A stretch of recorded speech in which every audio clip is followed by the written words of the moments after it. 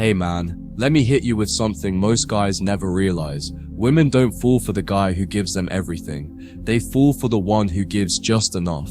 Just enough presence to keep them thinking. Just enough vulnerability to keep them wondering. Just enough emotion to keep them chasing. That's the power of emotional scarcity. And if you master it, you'll never have to chase again. See, we live in a world of excess, over-texting, over-sharing, over-explaining. But what happens when something becomes too available? It loses its value. It's human nature to crave what we can't fully grasp.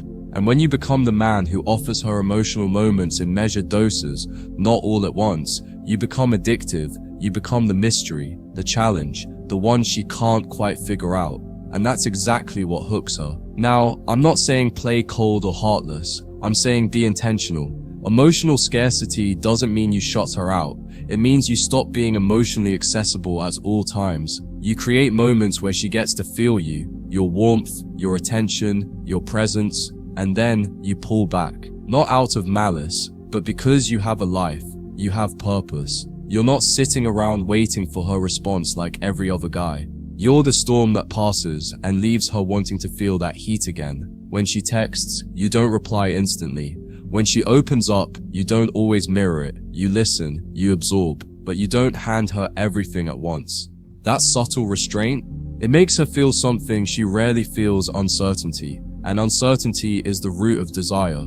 Think about the last time you were obsessed with something. It wasn't predictable. It wasn't always there when you wanted it. It left gaps that your mind tried to fill in. That's what keeps her hooked. When you practice emotional scarcity, you train her mind to seek your approval, your reaction, your next move, even when you're not around.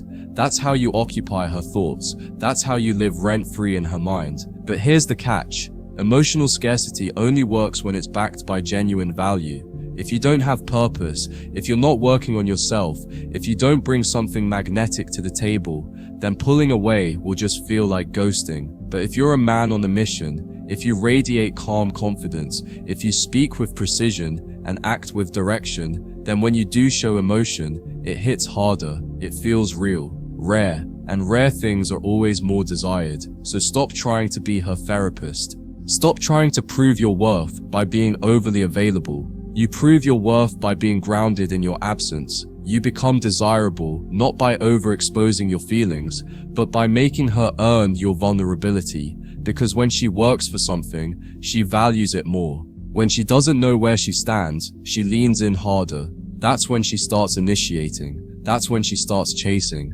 That's when you stop being just an option and become the prize. Hey man, this doesn't mean you play games. It means you master emotional control. You don't react out of fear of losing her. You respond from a place of strength. You don't beg for her attention. You become the kind of man whose attention is a gift. Every look, every text, every moment with you starts to feel like a reward. And the less frequently you offer it, the more she craves it. Emotional scarcity isn't manipulation, it's magnetism. It's the art of being unforgettable by being unpredictable. So if she's drifting, pulling away, or not appreciating your effort, stop flooding her with more emotion. Stop being her emotional safety net. Create space. Let her feel the absence. Let her wonder. Let her miss the version of you that isn't always available. Because when she realizes that your attention isn't guaranteed, when she feels that pull and doesn't know when it's coming back, that's when her emotions take over. That's when you stop chasing, and that's when she starts.